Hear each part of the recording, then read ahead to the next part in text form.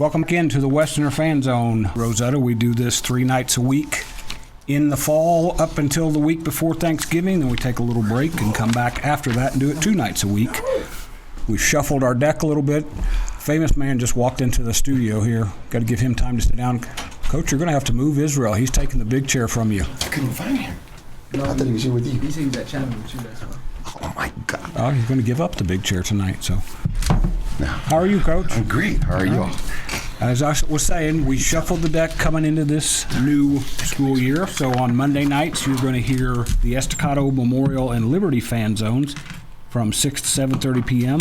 Tuesday nights are Monterey and Coronado, 6 to 7 p.m. Wednesday nights, like tonight, we start off with Lubbock High, followed by Friendship and Lubbock Cooper. That's from 6 to 7:30 p.m. 6 to 6:30 p.m. on 97.3, and right here on 100.7 The Score, you can hear the West Texas Friday Night Preview Show.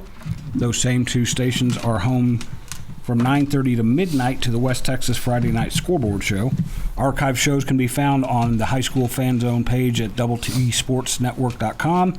And make sure you download the 100.7 The Score mobile app to listen live or the podcast of any of the 8 high school fan zones. We do all 8 public schools in Lubbock, and that's the schedule for this week. I wanted to give Juan Rodriguez a chance to catch his breath, because I've been running a lot. guys of our age, we can't run these cross-country races like these guys. No, we can't. I can't. Move forward just a little bit. Andrew Roy was on here last night with his cross-country coach, and I asked him when's the last time he ran 3 miles on purpose, and he looked at me and said, "Nah."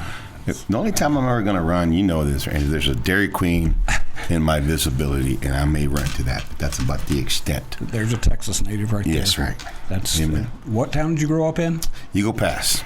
And was there a Dairy Queen? Yes, there was. And I'm going to guarantee you that the sports writers used to have the phone number for the Dairy Queen on Friday nights. If they couldn't find scores, they'd call the Dairy Queen and find out what they were, because that's where everybody was. Everybody would turn the radio on to listen to the scores. Here we go. If you're watching on TV, that is Juan Rodriguez to my far left, Israel Cervantes next to him, and cross-country coach Micheal Sparks is next to me. Michael, I know you lived in Louisiana. Are you a Texas native? No, actually, I didn't live in. Let me get your microphone out. Yeah.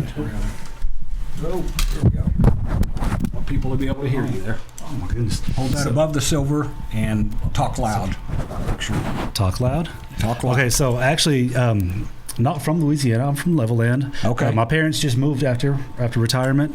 That's where my sister lived, and I'm still in Lubbock. So it kind of let me know who the favorite was. There you go. So, yeah, I'm a Texas boy. Juan Rod, you need to get him to tell. Have you been out to Zachary to a football game when your parents lived there, Michael? No, sir, never made it. I wanted to, though. Where his parents lived is some legit high school football. Zachary, Louisiana. It's right outside of Baton Rouge. They pile up state championships like it's nobody's business there. Send guys to college football. So, unfortunately for you guys, not for me, I'm totally neutral, but they're the same colors as Monterey. No. There we go. Michael is here because we talked to Amy Withrow a little bit last night. This weekend is the LISD Invitational. Is that the correct name? I know it was longer. Lubbock Invitational. At May Simmons Park, there's been bigger competitive meets already this season, but this is the first one that coaches, I think, sort of look at and say, this is what I want my runners ready for, to kind of see where they're going moving forward.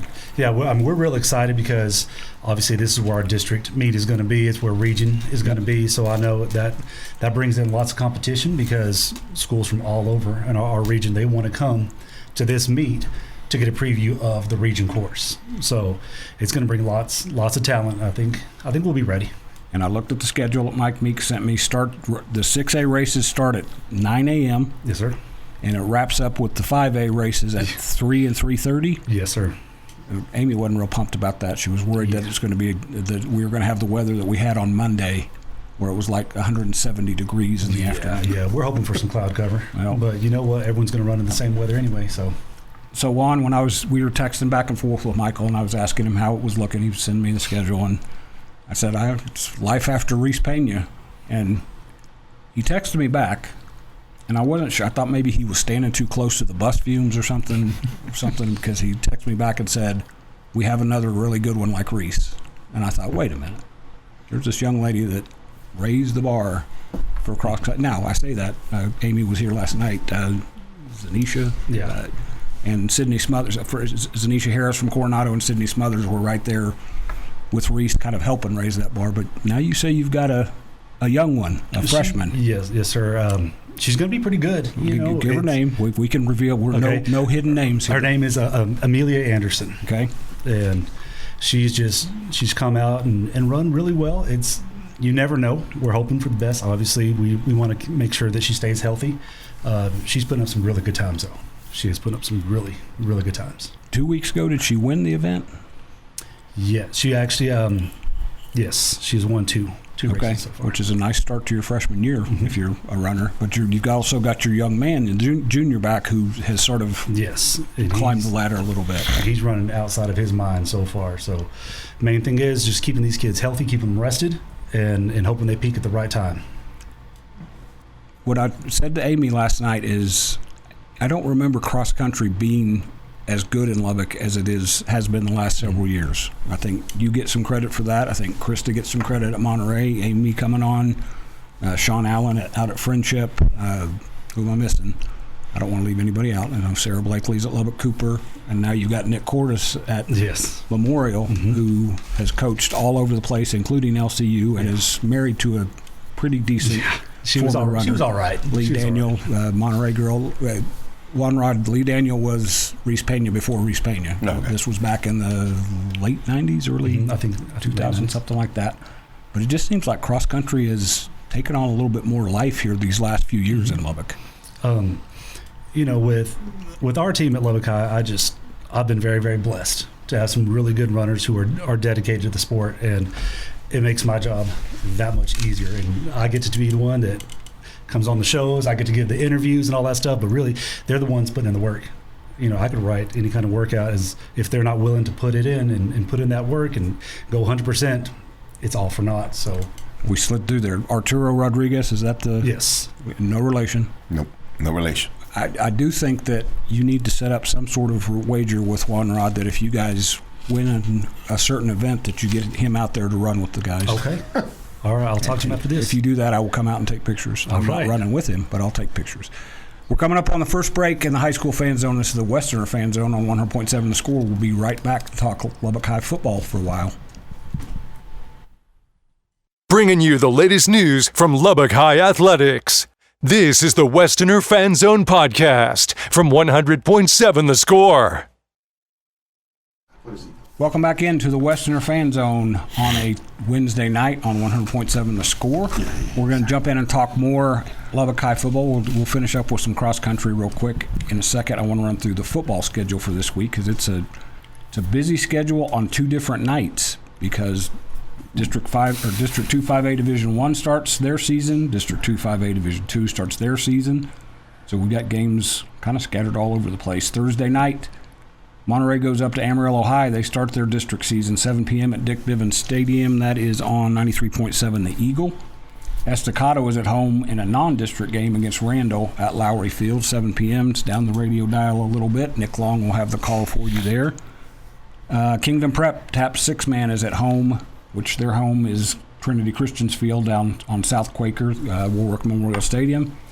They play Amarillo Boys Ranch at 7:30 p.m. Thursday, and I'll test Juan like I have the other coaches. You know who the coach of Boys Ranch is, Juan? I do not, sir. Lewis Kelly III. Oh, yeah, I do now. There you go. And there's some Lubbock football royalty. Yes, they are. Third generation. Yes. Friday night, another full slate. Another District 2 5A Division 1 game. Coronado is at home looking for their first win. They host Tascosa, 7 p.m. at Lowry Field on 96.9 The Bull.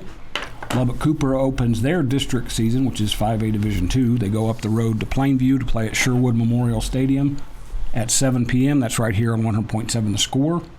Friendships at home in non-district against Midland Christian, 7 p.m. That's on 97.3 or Double T 97.3. Liberty goes on the road for the first time this season. They go down to Fort Stockton, 7 p.m. Friday, and that is on 93.1 Young Country. Trinity Christian plays on their home field Friday night against Stratford at 7 p.m. Lubbock Christian heads up I-27 short trip to New Deal, 7 p.m. kickoff. Levelland is at San Angelo Lake View, which the Lubbock High folks know that road trip well after being there last week. 7 p.m. San Angelo Stadium. And the last one is another 6-man taps game. Christ the King goes out to Lasbuddy, up to Lasbuddy. I still don't know where Lasbuddy's at. I've lived here for 13 years total. Every time I hear Lasbuddy, I just know it's in West Texas somewhere, and that's where Christ the King's headed. So, real quick with Micheal Sparks, this is, like we've talked about, this is the first kind of test. This is where you guys start building towards where you want your teams to be. So with you, where do you want to see your girls and boys after Saturday afternoon? I just want to see them improve their time, really. As far as placement, I'm not too worried about that right now because a lot of these teams that are going to be at the meet will not be in our district. And I make it very clear to my athletes that we practice for district. Every meet up until that point is it's a live practice. So as long as they're improving their times and we walk away with no injuries, I'm happy with that. There we go. It starts at 9 a.m. Saturday at May Simmons Park with 6A, 5A. 4As go, I believe, at 2 and 2:30. 5As at 3 and 3:30. So you're welcome to sit here and chop up football with us if you want. Okay, I don't know if he wants any advice, but I'll give it to him. I'll play a little college football. He does. There we go. All the time. Juan last week went down to San Angelo, like I mentioned. Mm-hmm. Coach gets the big microphone. He's the boss, man. He's 50-49 loss, and there was something in the air in West Texas last week because people were scoring points left and right. Now you guys have scored points pretty much all season. Didn't go the way you wanted, but what did you take away from that? I'll get Israel to talk a little bit about it as well. Well, I think a lot of it is the tenacity of our kids. The fact that they know that at no point in any game thus far that whether we've been down by 21 points or 14 points, that we're out of the game. Where I think in the years past, that might have been a different conversation that you and I might have had. But our kids play hard. They've always played hard, and I think we just continue to build on that tradition. Lubbock High is always known for kids to play very hard throughout adversity. So I think it's just something that we're continue to build on and preach to our kids. We've been saying this since last year. This group of juniors, sophomores, and including our seniors, it's just a different group of kids. I think they mesh really well. I've said this many times, and I'm always going to feel that way. I really can't tell the difference between a sophomore and a senior because they mesh so well. They get along so good, and they care about one another. Not like any program, none of it's perfect. We're always going to have our bumps and bruises like everything. But I know that for a fact we can compete. I know that our kids are going to fight to the very end. And, it was tough. It was tough going. I think the whole world knew that we felt a little shortchanged. But at the end of the day, we grew from it. And we're going to continue to improve. And we're attacking our open week really hard and getting ready for Tascosa.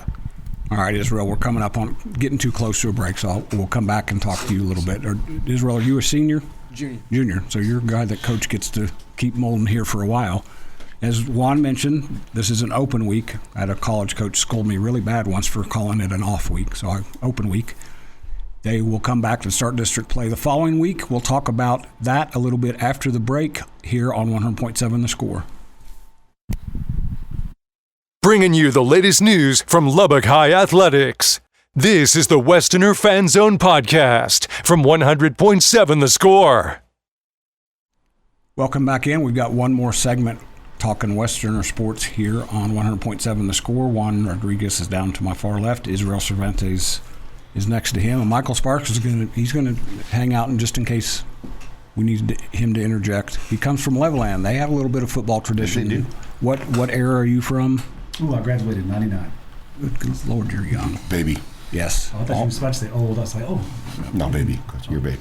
So, Israel, we touched on this a little bit. You guys move the ball. You score points. Right now, stats on HubCityPreps.com, you guys are leading the city in offense with 485.3 yards a game.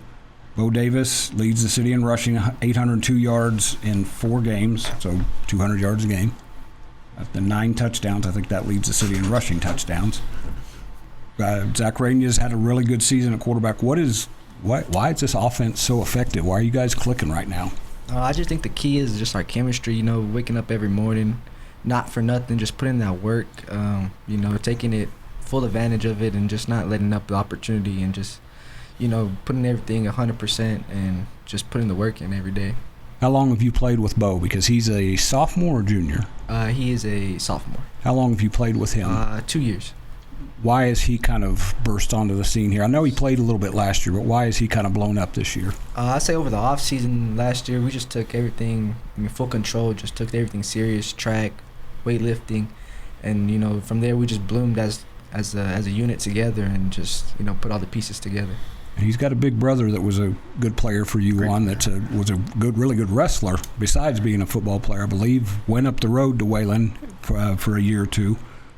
Same question for you. Now, you claim to be a defensive, that's your thing, but you're going to have to take a little bit of credit for your offense too, because you're the architect of the whole thing. What has gone so much better with this offense this year? Oh, that's a great question, and I think a lot of it is the consistency in our coaches.